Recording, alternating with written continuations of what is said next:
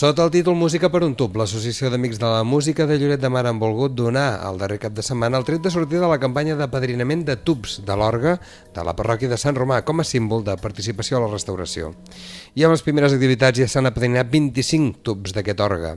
L'associació va organitzar, coincidint amb el Dia de la Música, una marató de més de 10 hores de música en directe davant de la parròquia amb una quarantena de músics de Lloret, Blanes, Caldes, Barcelona i fins i tot Saragossa.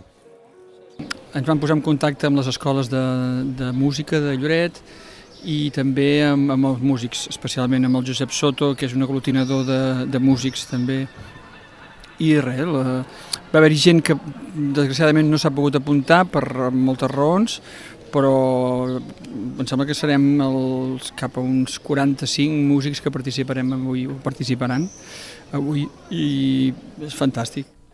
L'orgue va ser construït als voltants del 1930 per la fàbrica de òrganos Nuestra Senyora de Montserrat de Collbató, la mateixa companyia que va construir un orgue que va estar instal·lat en el convent montserratí. Va ser a càrrec del constructor italià Silvio Puggina i és un orgue únic.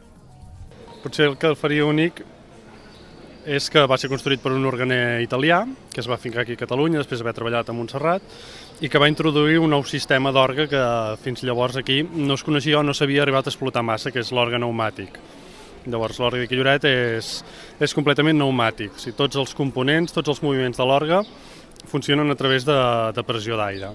Durant la marató musical, l'associació va oferir també visites a l'orgue a més d'un centenar de persones que ho van demanar, on se'ls explicava les tasques que es duen a terme per la seva restauració. Una visita que feien l'organer David Iglesias, qui s'encarrega de la seva restauració, i l'organista Sílvia Castillo. La campanya de mecenatge dels tubs de l'orgue continua oberta fins que s'aconsegueixi el pressupost necessari per restaurar-lo, valorat en més de 100.000 euros. Aquest patrocini dels 1.400 tubs va des dels 30 euros als tubs més petits fins a 2.000 als més grans.